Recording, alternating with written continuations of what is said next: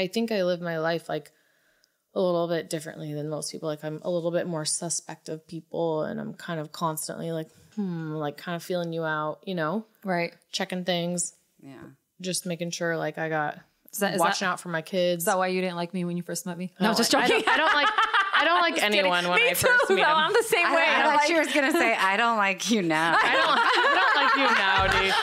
Nothing but love here. Welcome back to another episode of Deanna Cruz Unfiltered. I am Deanna Cruz, and in today's episode, we are sitting down with Nurse Cindy and a very special guest, Coach Erin. She's a CrossFit coach, a badass athlete, a loving supermom to 2 adorable kids. Plus, she's got a really cute puppy. She's a friend and a wife to a SWAT officer. How does she do it all? And how does she keep it all together?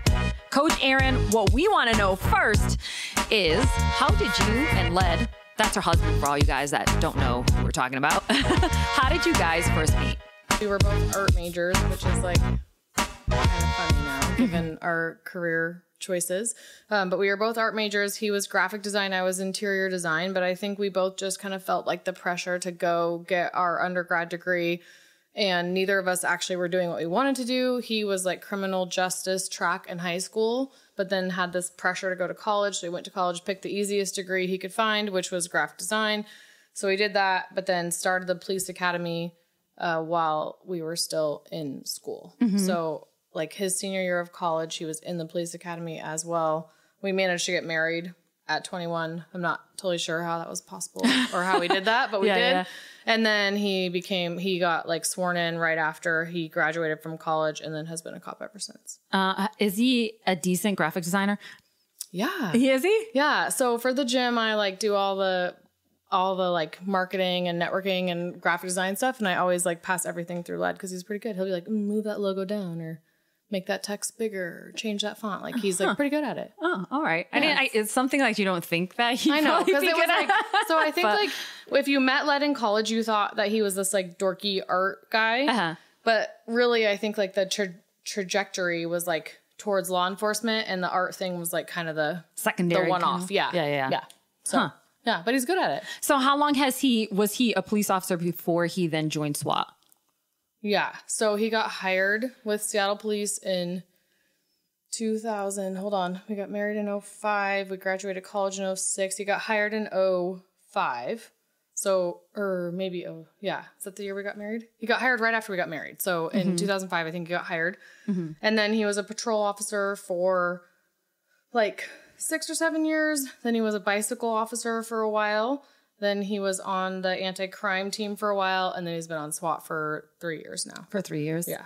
I'm asking this for a friend of mine. My friend Jacob wants to become a Seattle PD officer, and he's like always, what can I do to get into, become one, basically. Yeah. And I know that he went through like his first round, and then he failed some tests, but he's going to try again. Yeah. Any advice to anyone who's trying to join? Yeah, Led failed the physical agility test initially, and then he lost a bunch of weight. It's like it's a decent physical test. You have to run a mile and a half in like, I'm probably gonna get this wrong. You have to run like a mile and a half in like 12 minutes. Okay, it's like an 8-minute mile, right? I think so, something like that. To do like some number of sit-ups, strict pull-ups, sit-ups, and push-ups. And Led failed it the first round, and then he went and like lost a bunch of weight and started working out and passed it like a year later. So there's that test, and then there's oral boards. So there's interviews. So you have to like kind of present yourself decently well. And he didn't pass that one? No, just joking. He passed that. He passed that. He did pass that. And then there's a written exam. This was a long time ago, so I might be getting facts wrong. Yeah, and things could have changed too. Yeah, totally. There's the written, and then don't they do a whole background check on you too? And then yep. They came and interviewed me. They interviewed like my parents in Colorado. Like they called them. Oh, I didn't know they go that deep. Yeah, wow. I mean, it's not like as deep as like other interviews, but they definitely went like, immediate family. Oh, but when you say background check, I think that they just run your social security number. No. Like, they came in like, I remember like this, she was like pregnant at the time. She was I forget her name, but it doesn't matter. But she was like a background officer with the hiring part of Seattle Police. And she came to the house, and I was really nervous, and she interviewed me about like all of his habits, and I don't know. It's like he's fine. Yeah. Oh, so it's interviewing you about him? Okay, Yeah. because I was going to say, well, I'll never be able to marry a SWAT guy if they have to like do an exact thing about me. They're gonna interview Cindy. Sorry, you're married to a psycho. Yeah, I was just sorry. joking. No, I don't remember very many questions about me. Maybe a couple, but mostly it was just about like him and his character and his decision making, and like I don't know. It was like At that point, did you guys have kids or no? How long afterwards then? So we got married at 21. He was sworn in at like about then 20, maybe close to 22.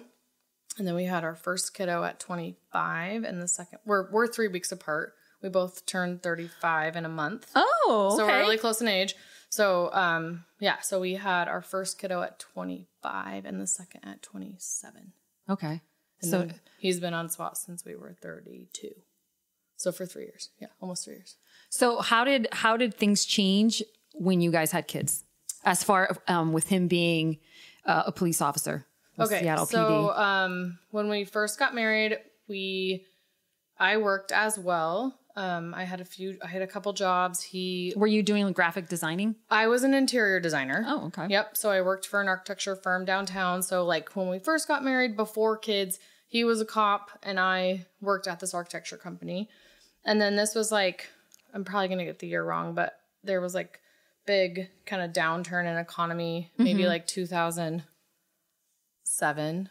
Am I right on that? 2006, 2007, somewhere around there. And so anyways, we just both were like working really hard, trying to make ends meet. We had no furniture and we ate ramen noodles a lot because it was 10 for $1 at QFC. So cheap. Yeah. And if we were feeling like really fancy and rich, we'd crack an egg in the ramen noodles. Like it was like, that was like a fancy night. Yeah.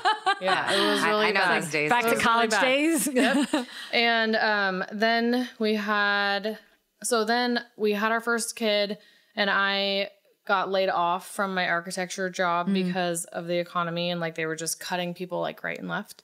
So then we like sold a car, refinanced our house, did a bunch of stuff so we could live on one income. And I was a stay-at-home mom while he was a cop for, I don't know, maybe like 2 or 3 years.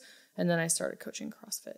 But I mostly started coaching CrossFit not for like financial reasons, but because I was like honestly kind of bored just staying home. Like I adore my kids, but it was really boring. But at that point, were you actually doing CrossFit? Were you? Yeah. Okay. So I started doing CrossFit when my second kid was like 6 months old. And what's the difference between them? How many years? A year and a half. A year and a half. Okay. So they're 8 and 9. So they're super close in age. So you obviously enjoyed CrossFit. Yeah. So I enjoyed it. And an then I opportunity kind of opened up. The opportunity opened up. It was like, hey, we think you might be good at this. Like, why don't you try it? It would just be for fun. I was like, oh, okay. I don't really need a job. We just figured out how to work Without a with job. one income. Right. Like a year ago. But I was like, well, maybe I would like to talk to other adults and not Always be home all have- the time. Right, Yeah. right. So then I ended up starting coaching, and now that's become my full-time career. But Did you ever think that you'd stick in it for so long, being a coach in CrossFit for so long? Or did you kind of, when you first said yes, you were like, well, I'll do it for a little bit. And then. yeah, it was really part-time. Like, hey, I'll cover a couple classes here and there. This is fun.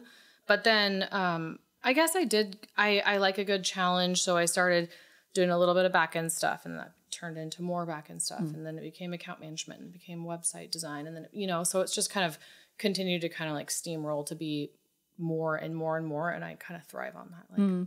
Like I'm not the type who can wake up with no plans and be happy. Yeah. I like, I'm need like to that have too. something to do. Yeah. You need kind of like a schedule. and Yeah. know where So he worked nights for a long time when the kiddos were little.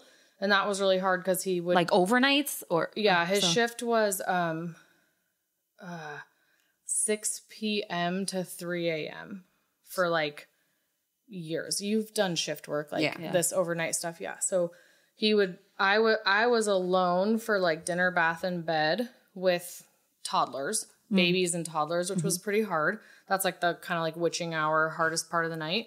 So he would leave at like, let's say 4:30 to go to work. And I would have like these two, they were like, let's say 6 months and 2 years, you know, geez. Wow. 2 in diapers, 2 in cribs, 2 with pacifiers. It was like crazy. So I put them to bed, and that'd be like, finally get them to bed at like 7:30, 8.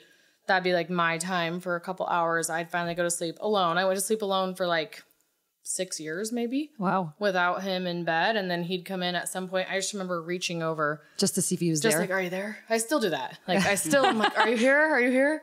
But yeah. And then I'd get up with the kids at like whatever time kids wait, 7.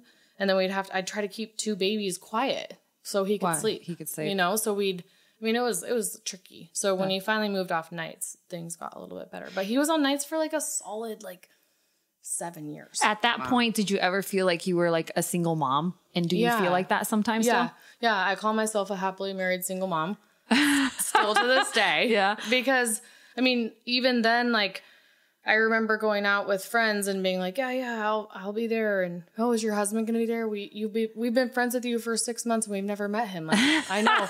I remember being like, I promise he exists. Like, he's there. He just can't be here at like this moment in time. Yeah. And then his schedule rotates. So it was 4 on, 2 off, 4 on, 2 off. So it was like, you could never say like, oh yeah, he's on Tuesdays. We can do this. Like, you could never do that. So you'd have to like project out and be like, okay, on this Tuesday he's off. Mm-hmm. You know, I don't know. Have to plan for it. Mm-hmm. Wow. Do you think it's hard being an officer or even harder to be married to one? Oh, for sure. His life is way harder than mine. Yeah. Yeah. I think like in this day and age, unfortunately, it's not like as celebrated as it was when he first became a cop in 2005 or 6 or whatever I said. Yeah. I know. I can't remember. I think it was 6. I think it was early 6. 2006. Let's go with early 6. Okay. But you know, then it was like this heroic job and it was really like celebrated. And unfortunately, it's not quite the same 12, 13 years later as it was then. So I think that it's a lot harder for him. But I also have adjusted to being, I call it SWAT wife life. Mm-hmm. I hashtag it sometimes, but I've adjusted to it a little bit because it's like, well, okay, like I've set up my life and the kid's life where like I can take care of it 100% because at any moment, at any given point in time, he'll have to stop what he's doing and he'll have to go to work. Mm-hmm. He has 2 phones. He's on call 24 hours a day, 7 days a week. He's never not on call. Mm-hmm. So like I, in theory, can take them to school and pick them up from school every day. I can take them to gymnastics, pick them up, take him to soccer, I have set up my work life so that I can be 100% responsible for the kids. And if it's possible for him to step in and help, he will. Mm-hmm. But I can't count on him ever. I can never count on him to help. Like next weekend, I coach 7 to 1, and then I'm doing this extra coaching thing for the owner of the gym's fiance from 1 to 4. So I'm literally at the gym from 6:30 till like 4:30 on Saturday. And my daughter has a gymnastics meet in Woodinville at 1:30 p.m. Mm. So I said today to my husband, I'm like, hey, can you take her to the meet? And he's like, as of right now, yes. Mm. But that's not like a absolutely, right? Mm-hmm. So I've already contacted like a couple other moms on the gymnastics team to be like, hey, heads up, I might need you to take her because we might not be able to get her there because I cannot get off work. So, I mean, I feel like my life is like a constant like contingency plan. Right. Yeah. How are you not resentful of that? How are you okay with it? Do you know what I mean? Yeah. Like, I feel like if it were me and someone keeps on canceling, and I understand the situation, but how do I not get mad? The first thing is he asked me if this was okay, and I said yes. And like when he first became SWAT or first? Yeah. When he was applying for his position on SWAT, he was like, hey, babe, I think I kind of want to do this. Here's why. This is what I'm interested in. This is how I want to advance my career. Mm-hmm. Like, this is the part of law enforcement that I enjoy, blah, blah, blah. What are your thoughts? If you say no, I won't do it. And for one, I'm not like the type of wife who wants to hold him back. Like, he doesn't hold me back. He supports whatever I want to do. I was a stay-at-home mom to a full-time career, and that was seamless. Like, he was supportive of that, even though that I changed my mind, if you will. So I'm not the type who wants, like, I guess I just didn't want to be the one who was like, that seems hard for me. So no, like, I don't know. I want to support what he wants to do. And so that was kind of my first thought. And then my second thought was like, well, mean, we have the luxury of being able to figure it out. Like, we could hire nannies, or my kids can come to work with me, or I have a bunch of really great friends in the area who are willing to take my kids. Like, I was like, okay, we can make this happen. So maybe for like the first 2 or 3 months, it was kind of hard. Like, I won't lie. I mean, there was moments where I was just like, great, of course, date night, you get a call out. I'm left in the restaurant alone again. I mean, that's happened to me a lot where I'm just like, we plan, like I said, we have a contingency plan for everything. We went grocery shopping yesterday as a family. We took 2 cars because just in case he gets called. Wow. Or we go to dinner, and now the kids are old enough where like they don't need car seats. So we went to 8 Ounce for dinner on Friday night, and he was like, all right, if I get a call out, the plan is you and the kids Uber home. Like, great. I'm glad my kids are old enough that we can quickly hop in an Uber. Everything's close by. Right. So, but we just like, it's like a constant conversation. Right. But it's not doable, and he's happy. So it's like worth my effort. I guess that's my opinion. Is he ever really quote unquote off duty? Okay. Can he enjoy some drinks? Can he ever just spend time with the family and be away from SWAT? No, unless he gets it pre-approved, but he's pretty like low on the totem pole. He's like one of the newer SWAT officers. So they have to have like X number of officers, on call all the time. Okay. So if he's like one of the first ones in, or, you know, if it's like not a busy weekend or whatever, then we can get approved to be off call, but then we also have to be outside of city limits. So if he's off call, but we're inside the city and there's a call out, he's going to still go. Okay. There's also like a very high level of like duty to your fellow officers that they feel. So even if it was maybe approved for him not to go, if there was a call out, he's the type of person, and so is everyone else on that team, they're going to show up anyways. But let's say you want to take the kids to Disney and get out of here. How would that work? So we can do that. He just has to in fact, we're doing that in February, where they're like, is this a surprise to the kids? Because then they can't listen to this podcast. They know. They're like tall enough for all the rides, and they're like old enough to remember. They're like perfect ages, or 8 and 9. So we're finally like, fine, let's bite the bullet. We'll go to Disneyland. Like neither of us are super into it, but the kids will be. So we're going to go in February. And so he's already put in for the dates. He's already had them approved, and then we're good to go. Okay. Yeah. So you can have vacation. You can. All right. Yeah. You just have to like, but like if you're just like he bought me tickets to I like country music. He bought me tickets to a country concert like in September, and he didn't get it approved as time off. So we just kind of like risked it, and it ended up being fine. But there was a very good chance that we were down in Puyallup, and he could have gotten a call out, and he would have literally like, we either would have left or he would have left me there. Yeah. When he's not working, is he always like mentally on duty? He does a good job of kind of like separating, I think. I think he's kind of like, well, you know, I am going to live in the moment because at this moment I'm not at work, but at any moment I could be. So he's very like present with me and the kids. And I mean, he doesn't bring it home. Like I did a ride along. Seattle Police calls them ride alongs, where you can like community members can go and like tag along with an officer for the day. So This is when he was SWAT? This was when he was on patrol. Okay. This is a very long time ago. But I did a ride along with his coworker, and I saw him in uniform, and I saw him talking to, I don't know, some suspect or someone. And he talked in like a tone of voice that I still to this day have never heard. Really? Like, I was just kind of like, who is that? Who are you? And then like the more and more I appreciate that about him, because that's like, he just like, he puts his uniform on and he behaves a certain way, and he comes home and he is, you know, he's not, my kids will not, they know their dad is a cop, but they will not grow up thinking like they were, I don't know. He's very soft and sweet. And, you know, he like can compartmentalize with them. Have your kids ever gone on a ride along? Have they ever been to? They don't let kids. No? No. They don't they go to the? They don't let children there's like kind of some rules. Like I wasn't allowed to be Led's ride along person. I had to go with his like another buddy on his squad. I think and this makes sense. I think they think that if you have like family members, it might like compromise your decision making. Okay. So I don't think you're allowed to have actual family members. That makes sense. Yeah. I don't know. We just happened to respond to the same call. So I saw Led, but I didn't like interact with him. You weren't like, hey, hon, you're doing a great job. I was kind of like, whoa, like, who is that guy? Hey. Yeah. Was it sexy? Yeah. Yeah. Like a man. Yeah. You're like, damn, who's that? I married that. Well, and it's funny because all of this has like happened outside of me. Like, at my job as the CrossFit coach, like he comes and he takes class from me and he sees me in my element and he knows what I do, but I don't see that from him. So we were like on a walk a while ago, walking our puppy, and I was like, oh my gosh, there's money on the ground.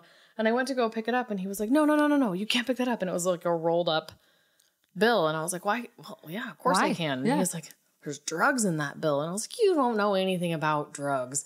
And then I'm like, okay, yeah, you probably know a lot about them. Like all of it's like different from my, like, I don't know what he knows. I haven't been a part, like he was super straight laced, like church boy when I met him. So that's kind of how I think of him. But wait, so did you pick up the money? No, he wouldn't let us touch it. What?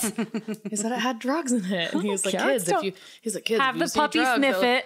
No, he didn't. He was like, just leave it. Really? Yeah. I know. Jeez. Where exactly was that money? So I could go find it. I can tell you where it was. It was in Ballard, of course. Not there anymore, I'm sure. Yeah, right? Somebody else picked it up. Yeah. The holidays are around the corner. Do you get excited for Thanksgiving, for Christmas, even if Led may be working? Or he always works. He's always working the holidays. So we get excited for like a day, like, okay, 4th of July, that's a really long day for him. He always works it. So it's like one of my least favorite days.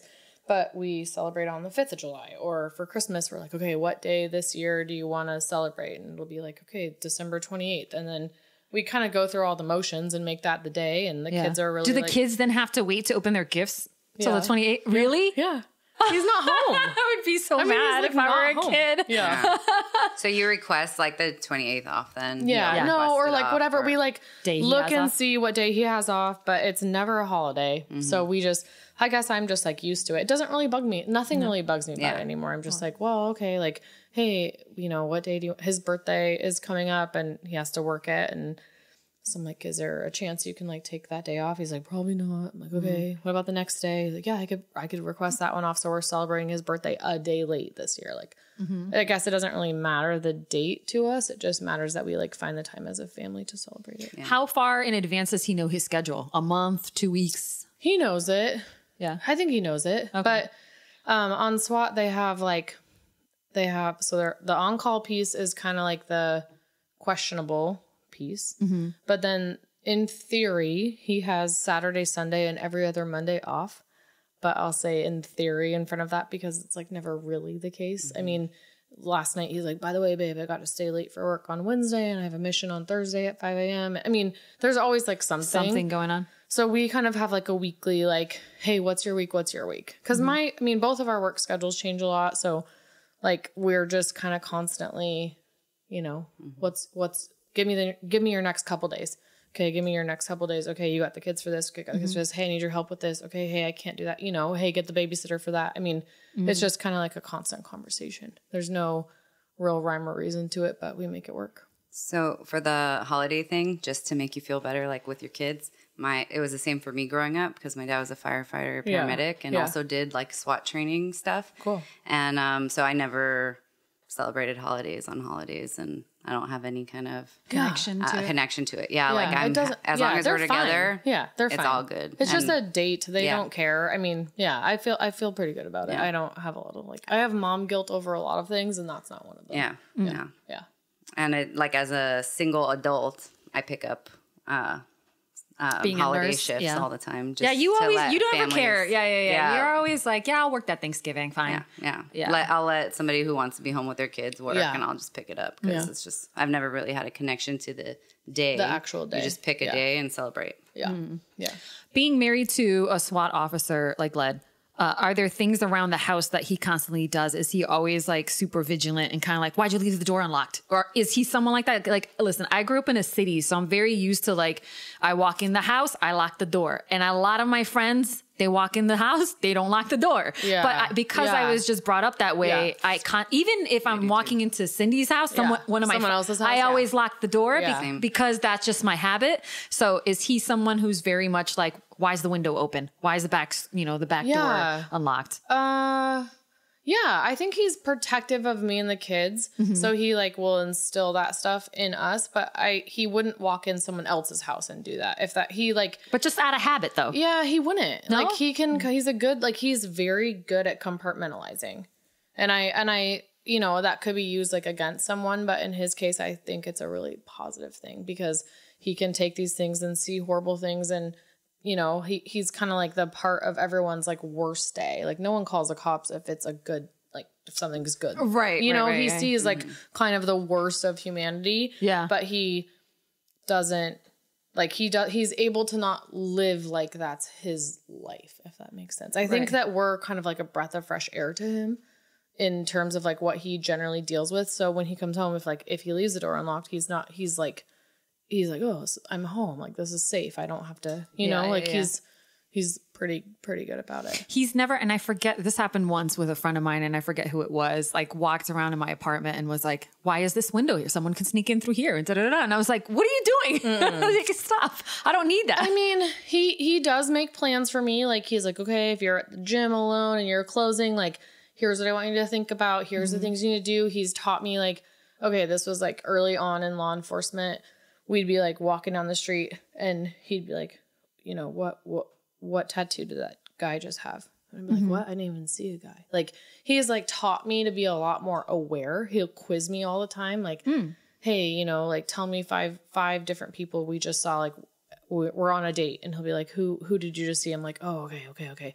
Hold on. I got it. Like, and he like asks for like descriptions of things. Right. He's kind of taught me to like take different routes. So I like when I drive the kids to school, I don't go the same way every day or I like loop around. Like he just is like kind of like, don't park in the same place. Don't be so predictable in case you never know what's happening. Right. Or be more observant. So like, and we're trying to teach us to our kids too. Like they'll be out somewhere and I'll be like, hey, what was that person wearing? And they're like, what? I don't know. Now our kids are like orange shirt, blue pants. Like, great. How short was it? What kind of hair do they have? Blonde, long. Okay, great. I mean, we're just trying to get them, like Led's opinion is if you're more aware, there's a lot less like likelihood that something bad's going to happen to you. He's taught some self-defense clinics at the gym and that's like, I've taken one. That's kind of the, that's kind of the takeaway is like, hey, just like get your nose out of your phone, have your eyes up. Yeah. Be aware of your surroundings, like be observant. If you see something, you should be able to recall it, explain it. So I think people will be less likely to mess with you if they know you just looked at them in the eye. Or, exactly. So when I if I come across someone who I'm uncomfortable around, I just like look them in the eye and I'm like, hey, how are you? Like, I'm here. I'm not, you don't scare. Like, even though I might feel scared. Yeah. Your heart is like, I'm like, really quick, I just like try to present as like, hey, I see you. I'm making eye contact with you. I know who you are, So I think like over the years, there's been a lot of training kind of, but it was never like, it's just kind of happened. He's never been like, do this, don't do that. Okay. No, it's just kind of, I've been like, hey, something kind of scary happened today. What should I have done? And then I learned from that or, whatever. Right. Yeah. Let's talk about your kids for a second. Do they ever get scared or ever say to Letta, are you coming home tonight? And how do you handle that? What do you say to them? We are very honest with the kids. They like maybe a month ago, my daughter who's 9 was like, Daddy, I just want you to quit your job because I worry that you're not going to come home. And he was just like, babe, like, I love you. And all you need to know is that like, I will do every single thing I possibly can to come home to you. Like that's my goal every single day. And he's like, I could not come home to you for any other reason. Like, he's like, I could, I mean, it sounds like silly, but he's like, I could walk out in the street and get hit by a car. Like, or get in a car accident. There's anything that could happen. And I mean, this was like I was like, oh my God, this is my life. Like we're having this family dinner talking about how dad might not come home. Oh, she brought it up at dinner. Oh. Yeah. And she was in tears and she just was like, well, why can't you just go do something else because it would be safer? And he's like, babe, like you know, I love my job and I want to arrest bad guys and make the world better. And I mean, this is what I want to do. And like, I'm trained and skilled so that I can come home and my buddies have my back and I have their back. And, you know, I don't want you to worry about it. And if I don't come home one day, like, you just need to know that I loved you and I did the best I could, you know? Jeez. I know. I know. Okay, where are the box of tissues? I know. I'm sorry, but this is like, this is my life. But how do you keep, like you say that, I'm getting teary-eyed, and I don't understand how you're not getting teary-eyed while I'm listening to you, and maybe it's, I don't know, it's more of a reality to you, but it's not easy for you. No, but it is more of a reality. You know, early on when he was on patrol, I'd hear sirens, and I'd instantly like run to my phone and be like, oh my God, is it him? Like, is he okay? What's he doing? You know, or I'd turn the news on and try to hope I didn't see him or whatever. And I think like, unless literally if something happens to Led on duty, like probably his captain or lieutenant and a couple of his buddies will physically come to my door, knock on the door, and I'll open the door and they'll tell me something. Like, they will in person tell me something happened to him. That's the only way I'm going to find that out. So if that doesn't happen, I just assume that he's okay. And maybe that's my compartmentalizing. Like, maybe that's how I deal with things, but my kids are being raised in the same way. Like, you know what? We haven't heard from Dad in 3 hours, right. But you know, he didn't say goodnight to you tonight, but he would if he could. And we're just going to assume he's okay. And I'm sure when he gets home, he'll come in and kiss you. Like, I mean, and they're more resilient than anyone would give them credit for, because this is the life that they've been brought up in, and this is all they know. I mean, so it's like, hey, is Dad coming to my birthday party? Yeah, if he can. I mean, he'll be there if he can. And if he's not there, they're not mad. They're just like, oh, okay. Dad had to go. He had to go do his job. Like, Dad had to go arrest bad guys. My son says, Dad had to go save the world. Like, I was gonna say, does your son think that that Led is a badass? Totally. Yeah. They both do. I mean, but you know, here's the thing is, I mean, he is, but but here's the thing is, like, as I kind of alluded to this earlier, like, there's kids who at their school are like, we don't like cops.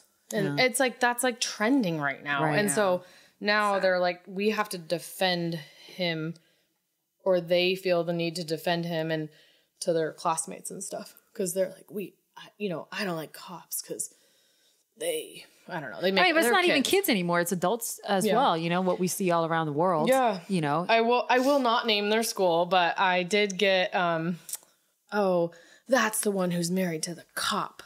When I was like walking down the hallway the other day. Oh. And I like turned around and was like, excuse me, to this mom. And she was like, yeah, you're married to the cop. And I'm like, the mom said this? Yep.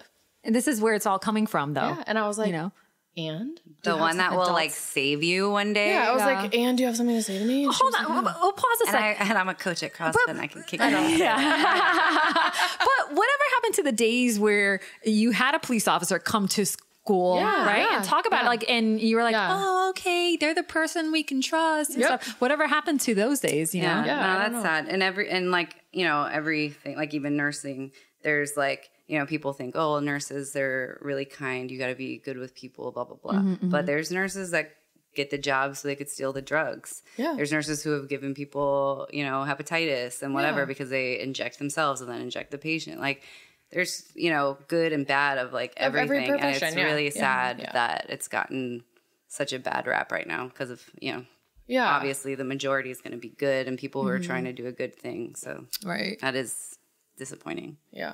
Do you think with all the new technology like dash cams and even your cell phone videos and cell phone cameras, that's changed a lot as far as the way Led does his job?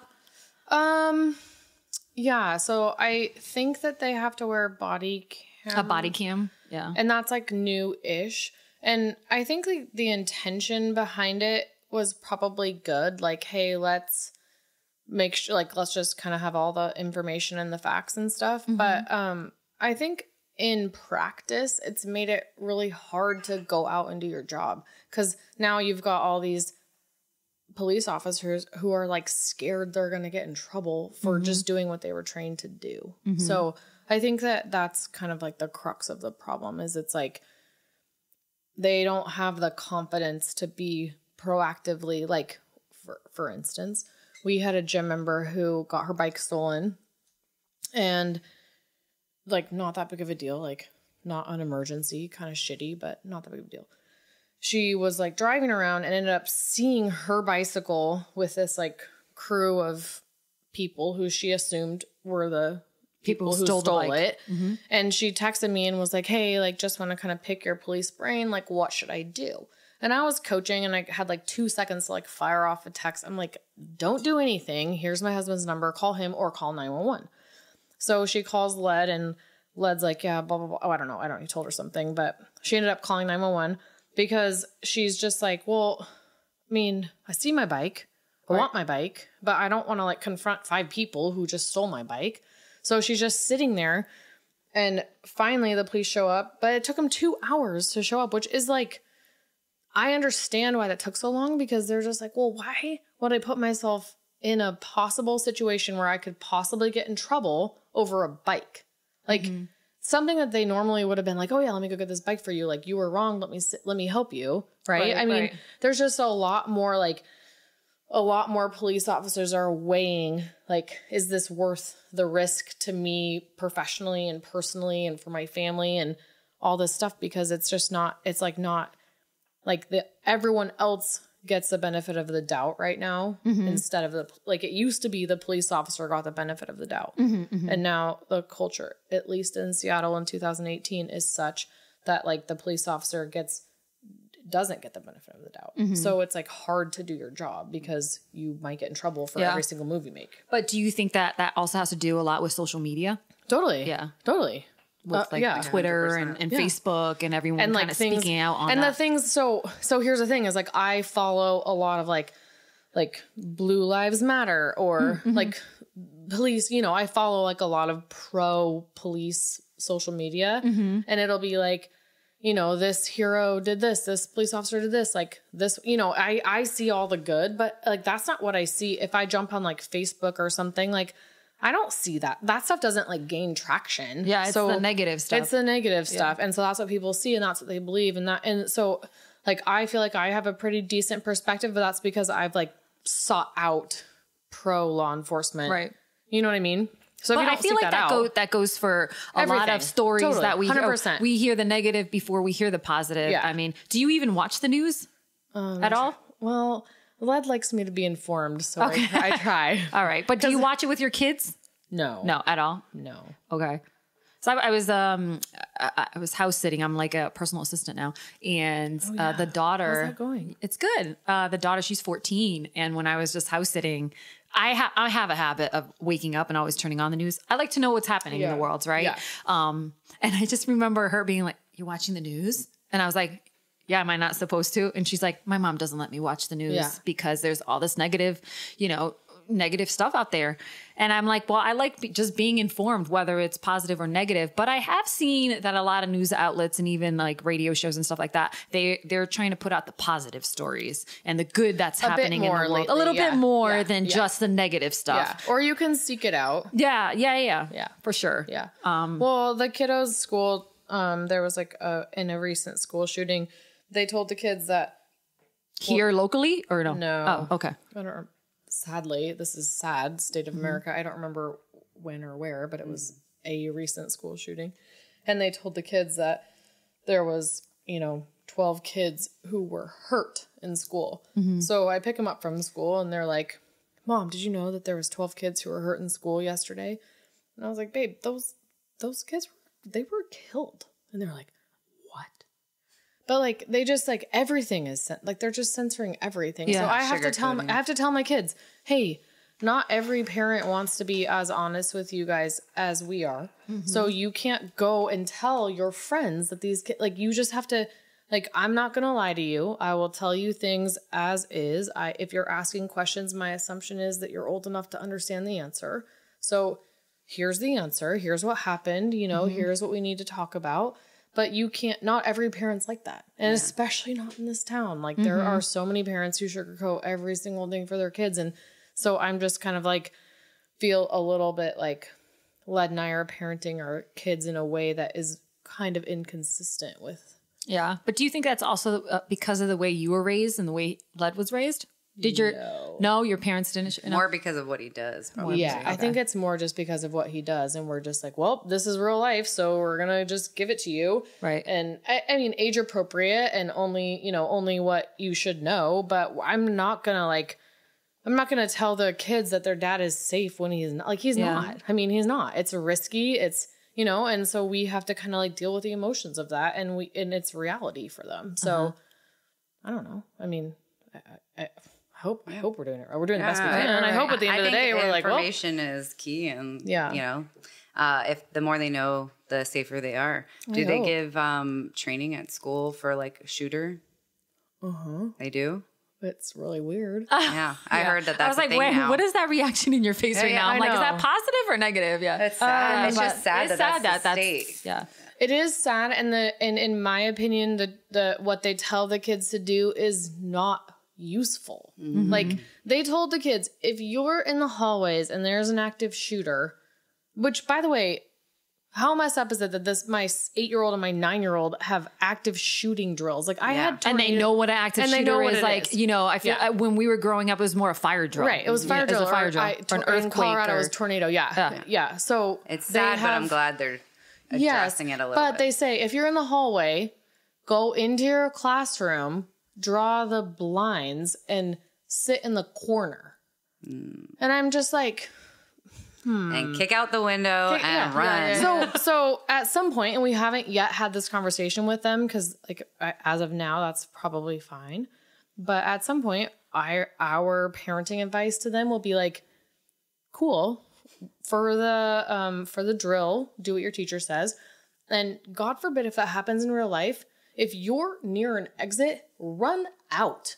Go to this spot and call us. We'll meet you there. Like, ignore every other advice. Right. Ignore it because that's ridiculous. Yeah. If you're in the hallway, go into a closed room and huddle in the corner. Like, how about run out to the street? Yeah. How about go away? Yeah. Like, so, I mean, at some point when they're old enough for it, we'll have that conversation and we'll, like, every time Len and I go to a Seahawks game or a concert or we have a meeting place. Like, this is part of our life. Like, hey, if we get separated, if something happens, like someplace out of the, wherever we're at, this is where we meet every single place we go. It gets kind of annoying, but it's like, hey, we're meeting here. Hey, just in case we get separated. Like, we went to the Puyallup Fair and hey, if something happens, like, we're meeting over here by this water tower. But I feel like that's what we should all do. We should.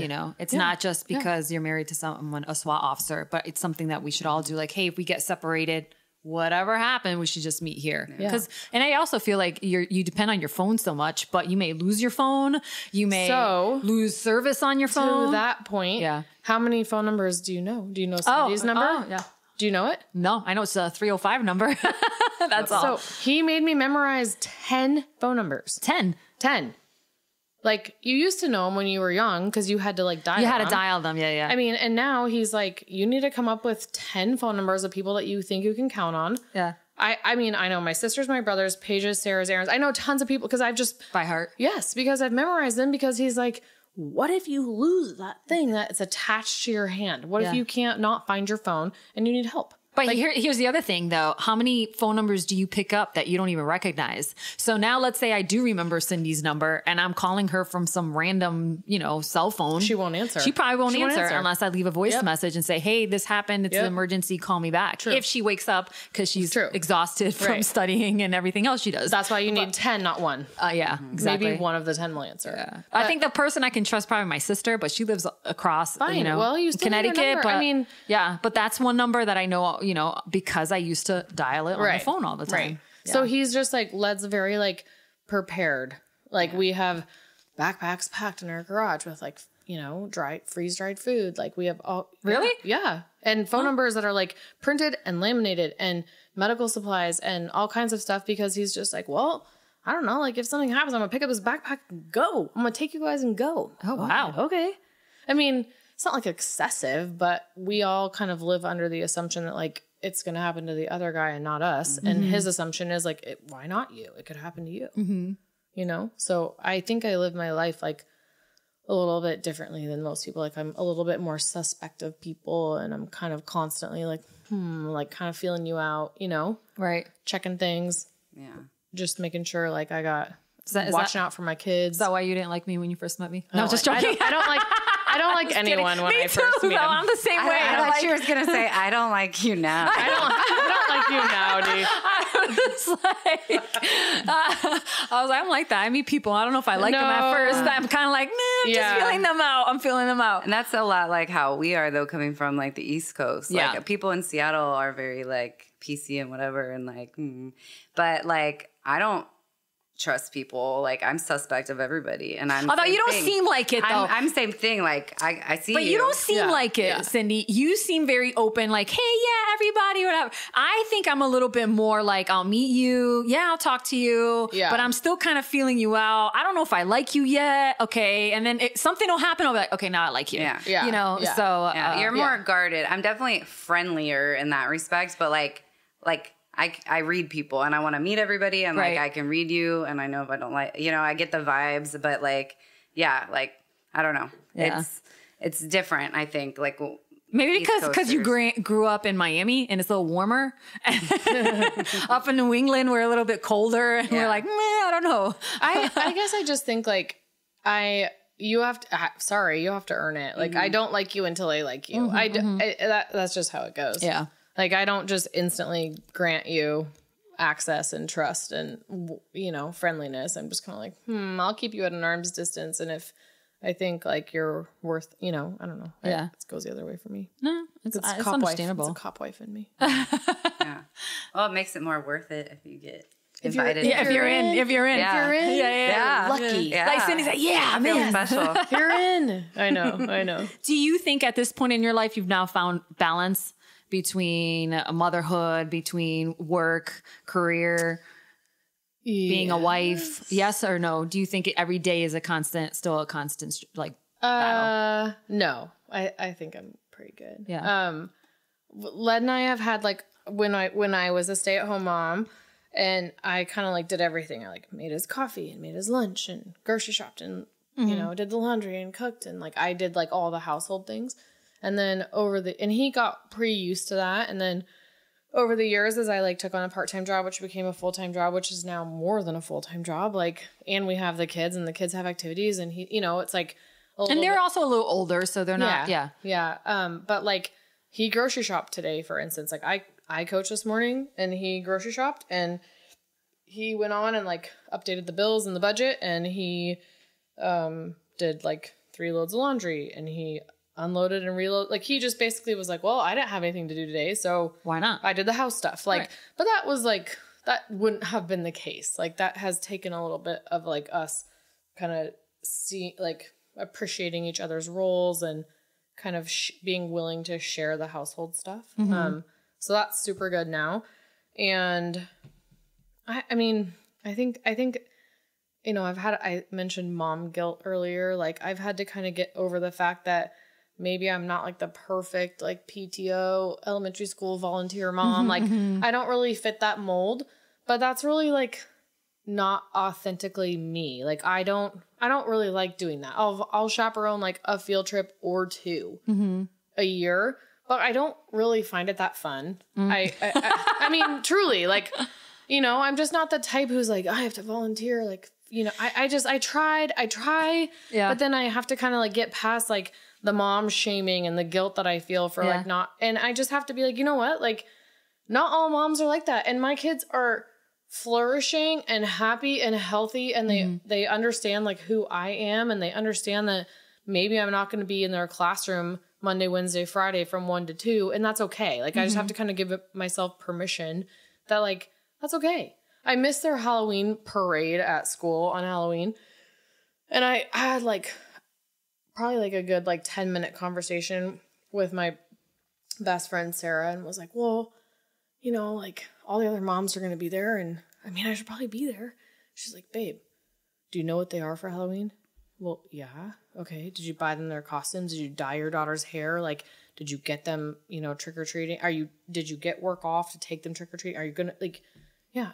You probably don't need to go watch them walk halfway around a track and then back. and then halfway, like you probably don't need to do that. Yeah. It's everyone needs a Sarah in their life. Exactly. And, actually I asked the kids on the way to school, hey, I have a lot of work to do today. I'm going to try really hard to get it done in time to come to the Halloween parade. I'm just kind of like filling you guys out. Be honest. No answer is the wrong answer. Does it matter to you that I'm there? And they're like, totally not, Mom. It's like really lame. See? Oh, okay. And you're giving yourself all this pressure. Yeah. And then, I feel guilty for half the day. And then finally I'm like, okay, just you're working, like you're programming workouts, you're doing membership accounts, you're doing all this stuff. Like just sit here and get it done so you can go trick or treating with them after and actually be with them. Mm-hmm. So I missed it for the first time since they've been in elementary school. And I just I texted Led and I was just like, babe, like I'm not going to the Halloween parade. Like, meh.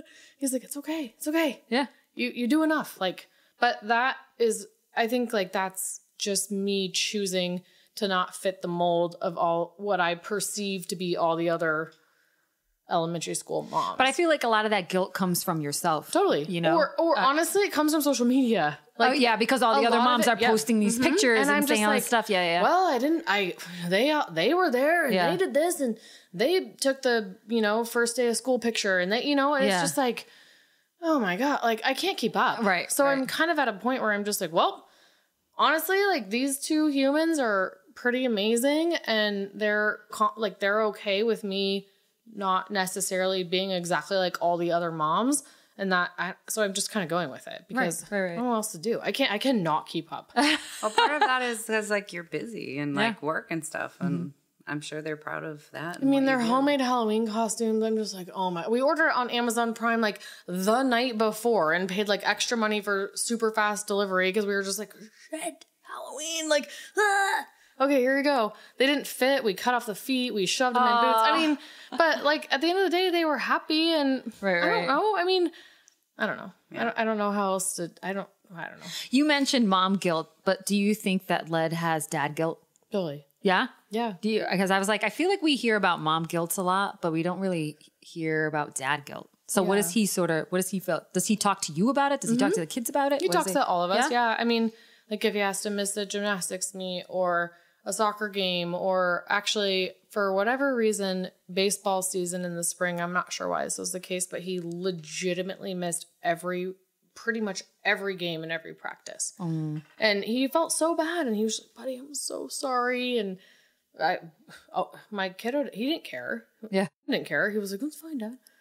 Yeah. And thankfully I'm like this weirdo mom out there with all the dads like throwing a baseball and the dad's like, did you play softball? You're not throwing it right. I'm like, no, I don't know what I'm doing. I don't want to be out here. I'm sure the dads didn't Someone mind. has to warm this kid up. So I'm trying. Like, I don't know what I'm doing. I mean, so they don't like, they're fine. I mean, he feels bad and he makes a point to apologize to us and, but I mean, I don't know. Like I said, like they're very resilient. And at the end of the day, like this is the life that we have. And I mean, you don't like, I don't know. You just move on. You just deal with it. Do you think Led would ever quit and get out of the law enforcement agency at all? Oh, it's not that's a smile on his face, on her face. Well, she's like, yeah, I hope so. No, but I mean, has he ever talked about that? You guys ever discussed that or not? And what option? Where would he go if he didn't? Not to be political, but if Initiative 940 passes, which do you know? Was about it the training? Is it the training for that? It is. It says it's training, but it's like not very clearly defined in the ballot. Yeah. Well, explain it for everyone who doesn't know. If it basically removes the word malice from how you prosecute cops. So right now it says if you have to prove with like beyond a reasonable doubt that a cop operated with malice in order to prosecute them. So it removes that word entirely. So it basically makes it like really easy to prosecute a police officer for any use of force. So it like takes the power and puts it in the hands of anyone else, basically. Okay. If that passes, Led will probably look for a different career because it's not worth the risk to him or like professionally or personally because there's a lot of things that could happen to our family if he gets prosecuted for any use of force. So there's that. And then the Seattle police, all Seattle police officers have been working without a contract. They're union employees. Or you're union, right? Yeah, they're union employees, and they've been working without a contract for 4 years. Like that means what? No raises, no zero, nothing. Okay. Zero cost of living raise. No changes to any of the like different things that protect them from their union representatives. Like they've just been like showing up to work every day for 4 years without having any like backing from their employee, basically. So, or their employer, basically. So, anyways, that is up for vote right now. And if it doesn't pass, like already we're seeing police officers leave the city because they're just like, what, like whatever, city is offering a $15,000 hiring bonus because all the other like surrounding departments know. Outside of Seattle, you're saying. Oh, okay. So they know that this is happening. And so they're like, hey, come here. Like you're a highly trained officer in a well-respected city. Like, why don't you come over here and we'll give you a hiring bonus? So we're at our lowest staffing rate, like employee, like we have the least number of cops we've ever had.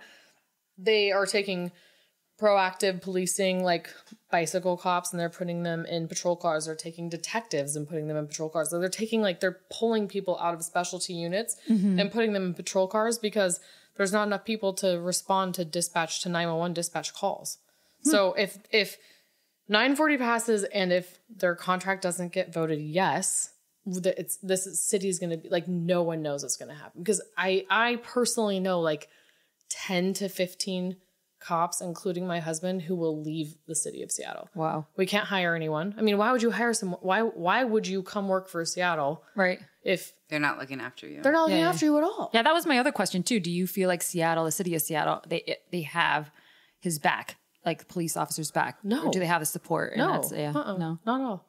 I mean, so would he then go work for a city, would he leave completely? I think, honestly, that almost all of the cops that I know, and I know a lot of them, and some of them are my very dear friends and their wives are my very dear friends.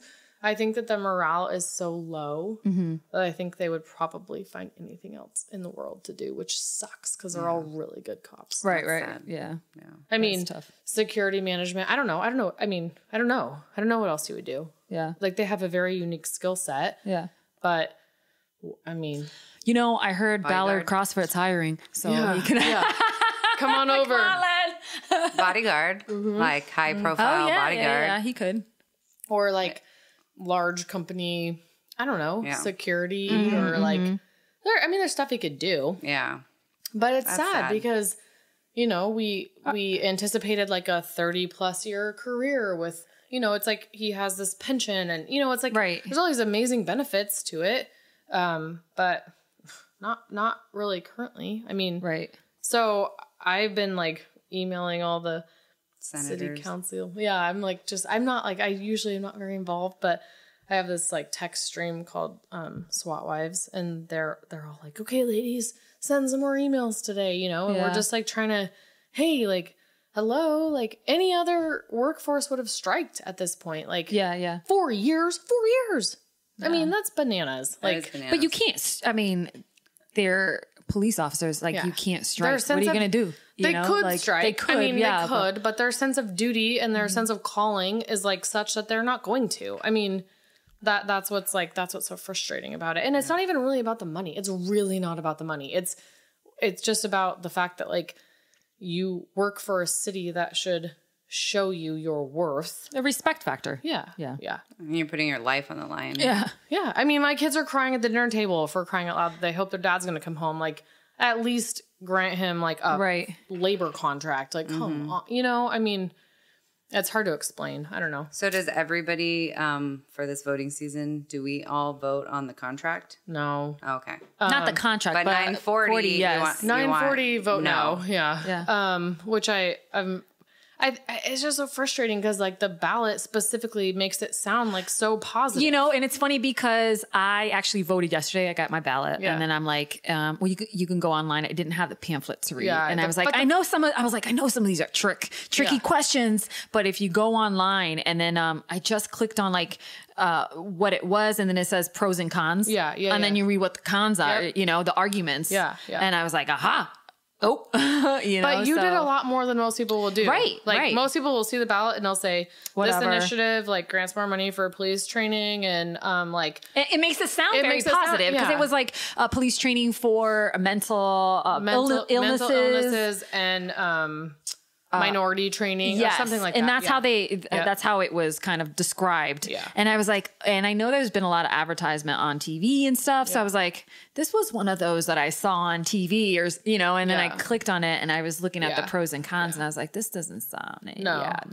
Yeah. But I mean, I don't know. I would be shocked if it didn't pass, to be honest, because the way it was phrased. Because of the way it's phrased. Yeah, but a lot of those questions are phrased. So a lot more than just that. Yeah. And then, but the contract itself was negotiated between the guild, which is like the union representatives of the police officers, and then the city. So it was negotiated. It should have been settled in 2015. It's almost 2019, and it hasn't been approved yet. And all of these contracts have a 5-year term. So it expires in 2020. Regardless. So in theory, they should approve this, whatever they've agreed upon. They sent it out to vote for all of Seattle Police and they voted like 94% yes on the contract of the officers themselves.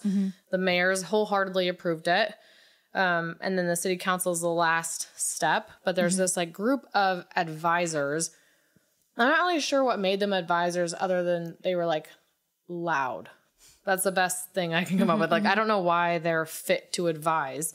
But they, for whatever reason, have decided to advise the city council members to vote no on this contract. And so they're allegedly voting on November 13th. And if they vote no, then it'll go back to the drawing board. And this contract that should have been in place from 2015 to 2020 will start all the way back at zero. And then eventually when it gets approved, it'll still expire in 2020. That's what I was going to say. So if they voted yes, you would have only a year on it. We still already only have a year, yes. And then after a year, it would be renegotiated again? Yep, a new contract from 2020 to 2025. That's ridiculous. Yeah. So, I mean, it's crazy. And I think the morale is just like very low in the Seattle Police Department. And no one really realizes that. No one thinks that. No, I mean, and law enforcement families and like they're kind of like no, they don't make a big stink of things. Like they're pretty quiet. How well do you know everyone else on the SWAT team or other police officers and stuff? How really well. It's a super close knit community because we're the only ones who can really understand like what we're going through. How many people are in SWAT? Or how 24. So do you know all of them?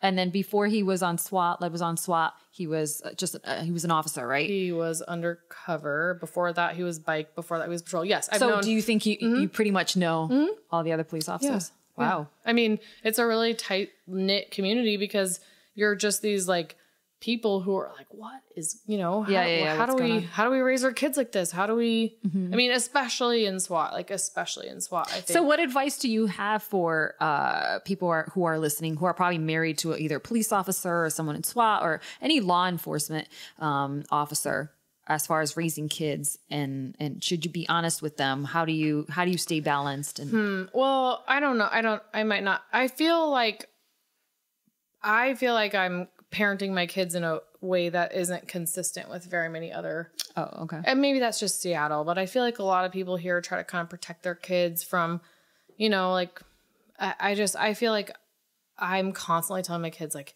hey, other parents might not tell their kids this, but this is the truth. And so you should know it. And if you're old enough to ask the question, I'm going to give you a straight answer, but I don't feel like that's how most people parent their kids these days. Like, I feel like it's like bubble protecting, like, or it's like, projecting your ideas on your kids. Yeah. And I try not to do that. I'm trying to tell my kids like, hey, there's two sides to every story. The truth is probably somewhere in the middle. I would like for you to like use your mind and kind of like think it through and come up with your own answer. And I mean, I don't know. Something could very well happen to their dad. So I kind of care for them to be prepared for that. Right. And at the same time, I kind of care for them to like not live their life in fear. So it's kind of an odd balance. But for other families that are in SWAT, do you think it's similar? Do you think that they're very open and honest with their kids? Okay. I do. The other moms, like it, I mean, there happens to be 24 men on SWAT. I don't know why there's no women on SWAT, but there happens to be 24 men on SWAT. And I would say the majority are married with kids. Most of their kids are older than mine because Led's the youngest person on the SWAT team. Oh. So most of them have kind of like gone before and are older. So I feel like I'm kind of always looking to them for advice, and they give me similar advice to the way I parent, which is just like, well, you know, this is their reality. Like they're a law enforcement family. Like you got to just kind of be honest. Call it like it is. What's date night like for you and Led? For the Leds. When he doesn't get called away. Yeah. Well, okay. When you're not stuck at the restaurant by yourself. But if that happens, just call Cindy and I'll be there. I'll pick up the drink. It happens a lot. Well, he asked me not to wear yoga pants or workout pants. That's like his number one. He's like, how about a real bra? And not yoga pants, like not a sports bra. Yeah, I'm like, okay, fine. Like, do I own one? Yeah, do you I own like a one singular. Yeah. So he's like, how about like a Jeff Store's laughing over there in the background. he's like, how about a real bra and jeans? I'm like, ooh, fancy. Yeah. And then we usually go not where he works because like not in Seattle or okay. We like. I mean, we just have a kind of our little home places that we'll go to. Not too far out of Seattle, right? No, like we kind of have our neighborhood spots that we like. But I mean, you have to think about this. You've been a cop for 13 years. And like, as I stated, you've seen the worst of humanity. So when we used to go, like, let's say downtown and he works downtown, we'd be like walking down the street and he'd be like, there's so-and-so. He has, 7 warrants out for his arrest and blah, blah, blah, blah. And like, he has like a freakish like memory. So he'd be like, that's so-and-so. I've arrested him 3 times. Like, blah, blah. And I'd be like, oh my, okay. Like, and which is different than, for example, working retail. Yeah. And this has happened to me before too. I'm like, God, that person looks so familiar. Oh, they used to come in the store and always da-da-da. Like, this is a whole different complete level where you're like, that person has, and you're a nurse. Yeah. Every You'll time be like, we're that girl came in for da-da-da-da. No, and every time we're out in Ballard, it's like, oh yeah, there's that homeless guy, that drunk. oh that, yeah. whatever, we were trick-or-treating in Ballard person. and he's like, oh, what's up? I don't remember his name. He was like, what's up, Ron? Yeah. And I was like, Ron? Who's Ron? Like, he's like, I've arrested him 7 times. I'm like, Yeah. well, Oh my God. I'm like, does Ron know who you are? He's like, no, thank God, because I'm not in the police. Like, Ron doesn't put 2 and 2 together, but Led does, Yeah. So we just have to kind of like, we have like our signal. We have like, we hold hands, and if he squeezes it 3 times, I have to turn and walk the other way with no questions asked. Like, we have like various signals because I'll be like, what? Why? Who's that? And he's like, no, this isn't safe for you. Go that way. And I'll, So date night's weird for us. I mean, if we're out, like, it's better if we're out and about where, like, He it's doesn't not. know the perps. Yeah. But, more They're and more. there. He just doesn't know them they're by there. name. He just doesn't know them by name. He hasn't memorized their birthday. He hasn't arrested and them. how many warrants they have out. Oh, Yeah. that's crazy. Yeah. It's a lot of things I don't think people think about. They're just like, oh, you're married to a cop. Cool. Oh, how cool. Yeah. And I don't think that they necessarily like think about how much like we'll be driving around and we'll get to a bus stop and we'll be at a stop sign and he's like, that's so-and-so. And I'll see his like whole demeanor change. Just change. And I'm just like, what? Who is it? What? Who is it? You know? Yeah. And he'll be like, oh, nothing. Don't worry about it. Or he'll tell me and I'm like, oh. If you could do it all over again, and if he had a choice to switch careers, never be a police officer, never, having gone through the police academy, so do you think that he would still choose to be a cop? Yeah. He would? He loves it. Yeah. He loves it. And he's making like impactful differences. And he, he can look back and be like, I've taken this many guns off the street, or I've taken this many drugs off the street, or I've arrested, these people who can no longer commit these crimes. I mean, he has like a very high sense of calling to what he's doing. And he has a very high sense of like satisfaction with that. And that makes him a good cop. I mean, that's what makes them all a good cop. They're just like, they like, I would never, I'd be like, oh, okay, I'm sorry. But like, I could never do it. I could never do it. Yeah. And I think that's the same. I think the same thing about like military people or, they like willingly go fight a war. Like, I'm too selfish for that. I would never do that. Yeah. But they just like have this sense of like, this is my obligation. This is my duty. Yeah. And those are who we need in those positions because they are like, they own it. Right. It's like a part of who they are. Do you think that let's fast forward, 15 years from now and your kids are, they're grown and now they're trying to decide what they want to do. Let's say your daughter or your son, like, Mom, Dad, I want to be a police officer. Do you think Led or you would be, hell no, you're not doing this? Yeah. Or what do you think? You would say no? Don't do it? Led would say no. Yeah? He would say no. I mean, he gets like spit on and rocks on. I mean, he gets like, is not an easy job. He would say no. Yeah. He would say no. Yeah, consider something else. Yeah, consider something else. Yeah. But they both I have cute little pictures of them in preschool where they're like, when I grow up, I want to be a police officer. And they both dressed up as cops for Halloween. I was going to say, did they dress up for... Totally. Yeah? No, not this year, but historically. They have in the past? Yeah. Oh, that's super But cute. I think they just, they admire their dad and that's healthy and normal. And I mean, if your dad was a doctor, you'd probably, you dress up. I mean, I don't know. I've heard stories in the past of like people doing, leaving cute notes on the patrol car or thanking police officers, not locally, not in Seattle, but I'm just saying, has anything like that, anything positive ever happened? There was one. Okay. I can think of one, and he texted a picture of a super cute like note that was just like, "Thank you, officer, for protecting us. Like we appreciate you," or something. Some cute little kid handwriting, and he was like, "This just made my night." And he was so cute, and I was like, "Babe," but I can think of one. Yeah, more people need to do that. Has Led ever gone to the kids' school to talk? In the past, not. Okay. So. We didn't name the school, right? Right. No. Okay, good. Let's not. So every beginning of every school year, you have to list like what your skills are as a parent, if there's anything you can like do to volunteer. And do they have career day? Yeah, okay. They have like all kinds of stuff, and you just have to like list like, oh, I'm interested in farming or like whatever you can do. I don't know, like crocheting. Yeah, exactly. Like, I don't know. So every year I've like filled out the paperwork and been like, police officer would love to come talk to the kids, and then we've never gotten like any calls for it. The only time he went to the school was the school was having a safety meeting for the parents about what they would do in case of active shooter or like whatever. And ironically, there was a gun at high school. Mm-hmm. Just like a year ago, right? Or not, yeah. And so Led was at high school to find the kid with the gun at the same time that the safety meeting was happening at the kid's school. So he texted me like, "What should I do?" I'm like, "Go to the meeting." He's like, "Well, I'm in uniform." I'm like, "Go, go, find out what their plan is." So he went to the meeting, and he was the only male there. They were just all moms, I assume. I don't know. Mm-hmm. And then one mom turned around and said, "What are you doing here?" And he was like, "Well, I'm here as a dad. I have 2 kids in the school. They're in kindergarten and 1st grade or whatever." And she was like, "We don't want your opinion." What? Like, oh, okay.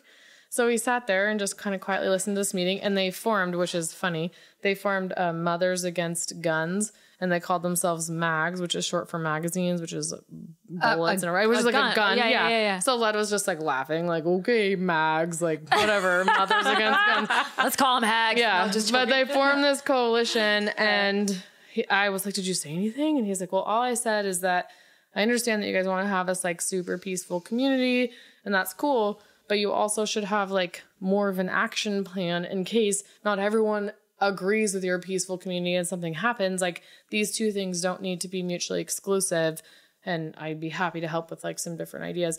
And they just were like, "No, thank you." And that was the same day we're like, "That's the one that's married to the cop." And I was like, "Oh, okay, So I don't think that our school is like super receptive. But then on the flip side, a little more positive, another gym member, I told her this story, and her kids go to a different school, and she was like, send him our way. Like, we would love to have him. Like, we'll have him come to every classroom and talk to them. Like, can he wear his uniform? Can he bring his friends? Like, oh, that's awesome. So I don't know. Have you followed up with that? Has he done that yet or no? No. Okay.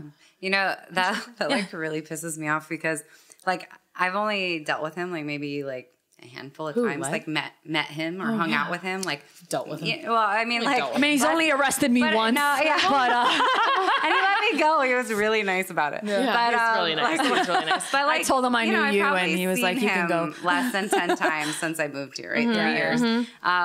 But he's so friendly and nice and such a good person I know. that like for somebody to like be a jerk to him or to like treat him that way, like I know.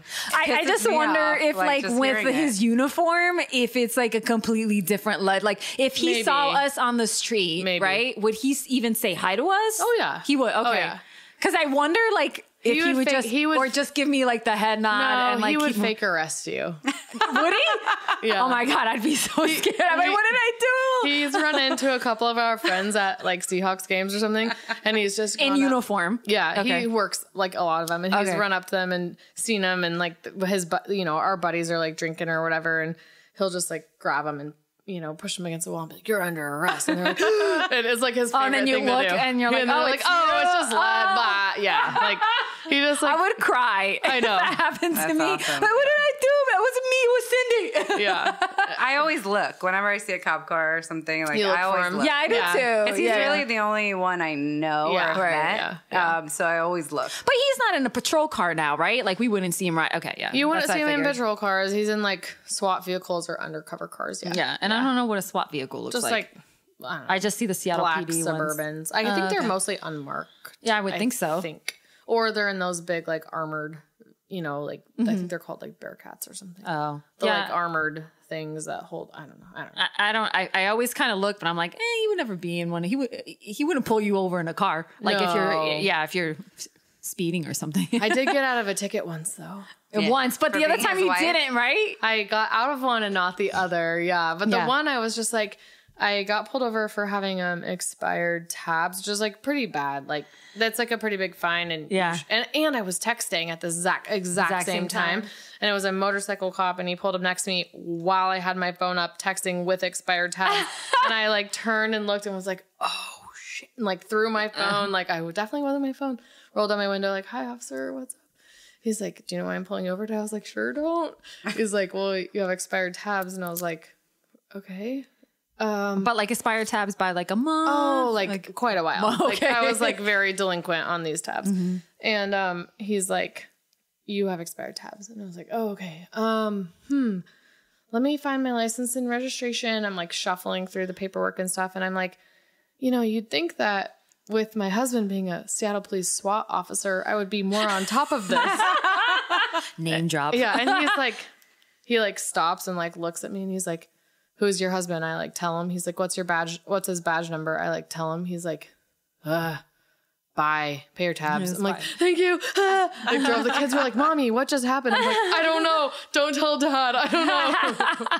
Yeah, it was bad. And wait, what happened the second time? Why didn't they let you off? Oh, so the second time was like previously, like The most current. Wasn't that the tabs was the most current, but like 2 years prior to that, I got pulled over for speeding on my way home from Costco to buy dog food.